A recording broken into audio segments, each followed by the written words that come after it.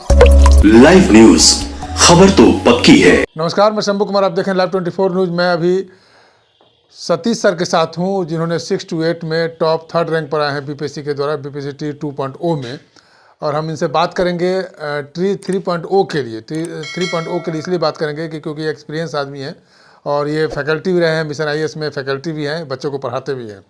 तो इस सिलसिले में बात करेंगे कि 3.0 के जो विद्यार्थी हैं, जो 6 to 8 है, हम 1 to 5 पर चर्चा कर चुके हैं और 6 to 8 पर बात करेंगे। 6 to 8 के विद्यार्थियों के लिए कैसे तैयारी करनी चाहिए और किन किन सब्जेक्टों पर ध्यान देनी चाहिए। सर, 6 to 8 के लिए क्या संदेश देंगे विद्यार्थियों के लिए, कैसे तैयारी करेंगे? सबसे पहले तो बहुत बहुत धन्यवाद समूह जी। 6 to 8 के लिए सबसे पहले तो सब्जेक्ट कॉम्बिनेशन उनको चुनना होगा। ठीक है, जैसे सोशल साइंस है तो सोशल साइंस में 2 एक्सट्रीम है। एक हिस्ट्री है, पॉलिटिकल साइंस है, दूसरा ज्योग्राफी और इकोनॉमिक्स है।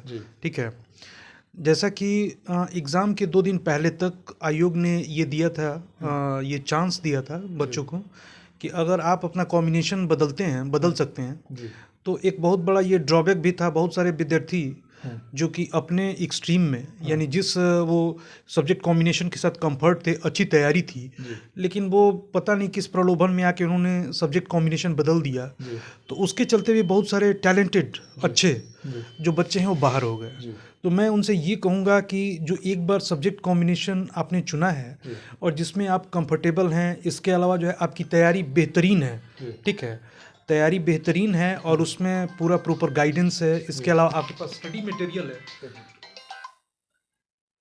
मटेरियल है तो आप उसी को तैयारी करें, उसी को अपना सब्जेक्ट कॉम्बिनेशन बनाए रखें, अंत समय तक उसी को पढ़ें।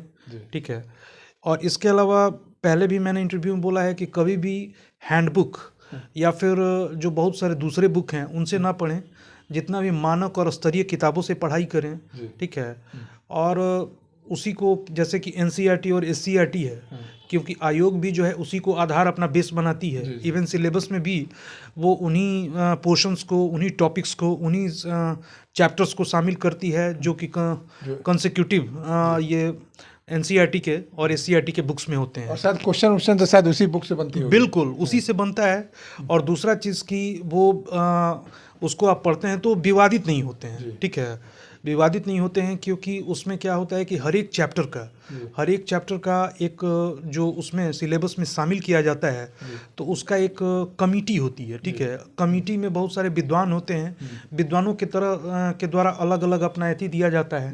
ठीक है, और उसके बाद वो सिलेबस में शामिल होता है। इवन उसमें बहुत ज़्यादा रिसर्च होता है, एनालिसिस होता है, और इसके अलावा जो है वो एनसीईआरटी के सिलेबस में जोड़ा जाता है। हर एक चैप्टर के बाद या पीछे आप देखेंगे कि उसका जो संदर्भ जो स्रोत होता है, यानी बाइबलोग्राफी कहते हैं इंग्लिश में हम, तो वो जो है कहाँ से वो सोर्स लिया गया है, कैसे उठाया गया है, तो उससे ये पता चलता है। ठीक है, और बिल्कुल ऑथेंटिसिटी पता चलती है। और दूसरी चीज़ है कि जब भी किसी प्रश्न पे विवाद होता है, चाहे कोई डाउट होता है, इवन जो औपबंधिक उत्तर जारी करती है आयोग और फिर अंतिम उत्तर जारी करती है या फिर संशोधित करती है, तो वो सारा चीज़ उस पर डिपेंड करता है कि जो भी आपत्ति होती है स्टूडेंट्स के द्वारा, तो जो वो देते हैं, ठीक है, तो उसी पे आधार पे ये दर्ज होता है और उसको मानती है, इवन फेरबदल होता है। ठीक है, चलिए, आपने तैयारी की बात की और तैयारी करने का तरीका भी बहुत अच्छी तरह से बताया, लेकिन कुछ विद्यार्थी हड़बड़ में कुछ गड़बड़ कर देते हैं। अभी बीपीएससी एक नोटिफिकेशन निकाला है 49 स्टूडेंट को, शायद 49 स्टूडेंट को वैलिड किया गया, तो उनको बीपीएससी आयोग जो है ना हमेशा के लिए सस्पेंड कर दिया, फॉर्म नहीं भर सकते हैं।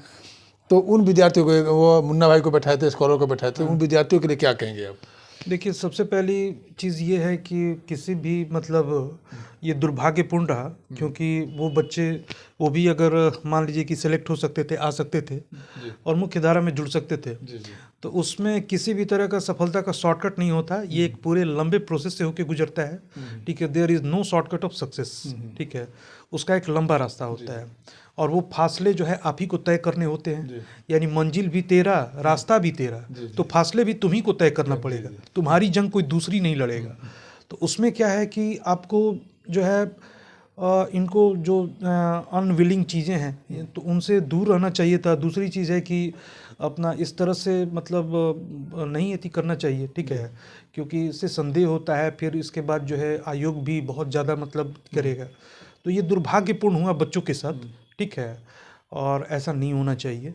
और फिर जिस तरह की उन्होंने गलती की है, तो इसमें तो मान लीजिए कि एक स्वच्छ और निष्पक्ष जो पारदर्शीपूर्ण जो एग्ज़ाम कराया आयोग भी जाए। अच्छा कदम उठाया है। बिल्कुल बिल्कुल। देखिए, सबसे बड़ी बात है कि सिस्टम में जब अच्छे लोग आएंगे, अच्छे लोग जुड़ेंगे, तो जाहिर सी बात है कि उसकी उत्पादकता बढ़ेगी। जनरेशन भी सुधारने लगेगा। अब जैसे अतुल प्रसाद जी का है, तो इनका जो टर्म है, इनका जो टेन्योर है, तो ये इतिहास में हमेशा बीपीएससी के स्वर्णिम इतिहास में हमेशा के लिए याद रखा जाएगा। ठीक है, जैसे कहा जाता है कि इतिहास किसी का संबंधी नहीं होता है शंभू जी। मुझे लगता है कि के पाठक से पहले लोग शिक्षा विभाग को जानते भी नहीं होंगे। बिल्कुल। अभी इस पद को, जैसे कि टीएन सेशन से पहले कोई नहीं जानते थे, चुनाव आयोग को। बिल्कुल। तो उसमें क्या है कि इतिहास किसी का संबंधी नहीं होता, वो मूल्यों की तुलना पे चीज़ों को तौलता है। और कभी भी ऐसा नहीं करना चाहिए कि जब आपके मूल्यों का निर्धारण हो, वो मानवीय और नैतिक मूल्यों का, तो आपका जो पलड़ा है वो झुक जाए। ठीक है, तो इसलिए ऐसा करना चाहिए कि आपका पलड़ा हमेशा भारी रहे। तो सबसे पहला तो ये कि एक तो बीपीएससी का जो कैलेंडर है, जो सेशन है, उन्होंने इसको अपडेट किया। दूसरी बात ये है कि इनके द्वारा क्या किया गया कि जो है परीक्षा में धांधली और इसके अलावा जो है पारदर्शितापूर्ण, ठीक है, परीक्षा कराया जाना। इसके अलावा आप जब मान लीजिए एग्जाम दे के निकलते हैं और घर पहुंचते तक आंसर किया जाता है। ठीक है, बहुत बड़ी बात हाँ, समय से पहले यानी टाइम बाउंड रिजल्ट देना, उसकी आपत्ति दर्ज करना और फिर फाइनल रिजल्ट देना। ठीक है, तो एक बहुत बड़ी बात है। और ये भारत में जितने भी पीसीएस हैं या फिर अन्य जो आयोग हैं, कर्मचारी चयन आयोग, चाहे बिहार में भी, ठीक है, तो उसके लिए एक नजीर बन गया है, क्योंकि उन्होंने सीधे दीवार पे लिखी हुई इबारत लिख दी है। ठीक है, वो दिखाई देती है और ऐसा होना चाहिए। बहुत ही सराहनीय कदम है, बहुत ही अच्छा कदम है। इसलिए नहीं मैं उनका पक्ष ले रहा हूँ कि मेरा सिलेक्शन हो गया, सही बात है। बल्कि सच्चाई ये है, अगर आप निष्पक्ष तरीके से देखेंगे, इतना फास्ट मुझे नहीं लगता कि पूरे भारत में किसी स्टेट में इस तरह की वैकेंसी निकला होगा, रिजल्ट निकला होगा, ज्वाइनिंग हुआ होगा और सैलरी भी मिल गया होगा। बिल्कुल। और दूसरी बात ये है कि 2024 जो है, ये 2023 ये वैकेंसियों का वर्ष रहा। अब हम लोग लगभग इस माने गत वर्ष के पूर्व संध्या पे हैं और 9 वर्ष के आगमन की प्रतीक्षा में हैं। ठीक है, तो इसमें हैप्पी न्यू ईयर में हैप्पी गिफ्ट। बिल्कुल। और ये उन सभी TRE 2.0 में मेरे जो दोस्त हैं, मित्र हैं, भाई हैं, बंधु हैं, जिनका भी सिलेक्शन हुआ है, चाहे वो 1 to 5 में, 6 to 8 हो, 11 to 12 हो, 9 to 10 हो, चाहे किसी भी स्ट्रीम में, तो सबको मेरी तरफ से एडवांस में हैप्पी न्यू ईयर। स्वस्थ रहें, मस्त रहें। ठीक है, आपकी हस्ती और मस्ती दोनों इसी तरह जीवित रहे। दूसरी चीज़ है कि सर के पाठक का, तो आमतौर पे ये क्या है कि शिक्षक जो होता है, क्या होता है कि वो समाज का निर्धारक होता है। ठीक है, निर्माता होता है। और सबसे बड़ी बात है कि जो मृत प्राय हो चले शिक्षा विभाग को फिर से पुनर्जीवित करना, ट्रैक पे लाना। ठीक है, तो बहुतों को तो ये लगेगा कि जो काम नहीं करना चाहते थे, चाहे समझिए कि जिससे पूरा का पूरा रोटेन और एकदम ये सिस्टम हो गया था, ठीक है, एजुकेशन का, तो उसको पटरी पे लाने का, उसको उभारने का, तो ये पूरा अगर श्रेय दिया जाए तो ये के पाठक सर को मैं दूंगा। ठीक है, और मुझे फक्र है कि मैं एज ए एक छोटे से कलीग के रूप में उनके मातहत या अंदर काम करने में बहुत अच्छा लगेगा। ये आप लोग को भविष्य में कहने के लिए गर्व होगा कि हम के पाठक थे, उनके नेतृत्व में हमारी सिलेक्शन हुआ है। तो ये अतुल प्रसाद सर और के पाठक सर दोनों जो हैं, ये क्या है कि शिक्षा विभाग के लिए और बीपीएससी के लिए एक बहुत बड़ा वरदान है ये लोग। ठीक है, और विद्यार्थियों को जो है अन्य चीज़ों में, चाहे आंदोलन, चाहे सड़क पे उतरने से ये उनका भला नहीं होगा। उनका भला उन्हीं में है। जैसे ये कहते हैं ना कि तेरा साईं तुझ में है, जाग सके तो जाग। ठीक है, जिन ढूंढे तीन पाइयाँ गहरे पानी पैट, तो जो डूबता है उसी को प्राप्त होता है, उसी को मिलता है। तो वो जो है अन्य चीज़ों का यत्र तत्र चीज़ें छोड़ें और फिर अपना पढ़ाई का और अच्छे तरीके से, जैसे ओपन कंपटीशन में होता है, ठीक है, वो तैयारी करें। और होंगे भी, बिल्कुल होंगे। बहुत सारे लोगों का हो रहा है, तो जाहिर सी बात है उसकी फेहरिस्त लंबी है, उसमें वो भी शामिल होंगे। ठीक है, और 2023 के अलावा भी 2024 भी वैकेंसियों का साल होगा।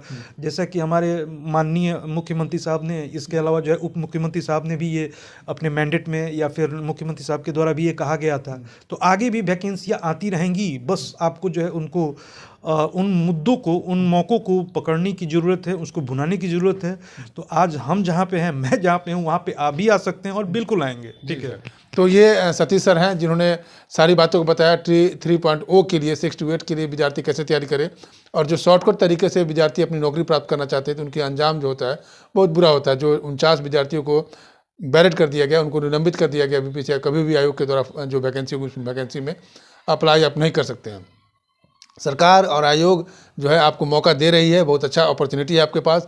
हर साल कैलेंडर की तरह आपका डेट सब कुछ डिसाइड है, अब वैकेंसी निकलेगी, उस वैकेंसी में आप अच्छी से तैयारी कीजिए और तैयारी करके के आप सफल हों, जैसे कि सतीश सर ने सफल हो गए हैं।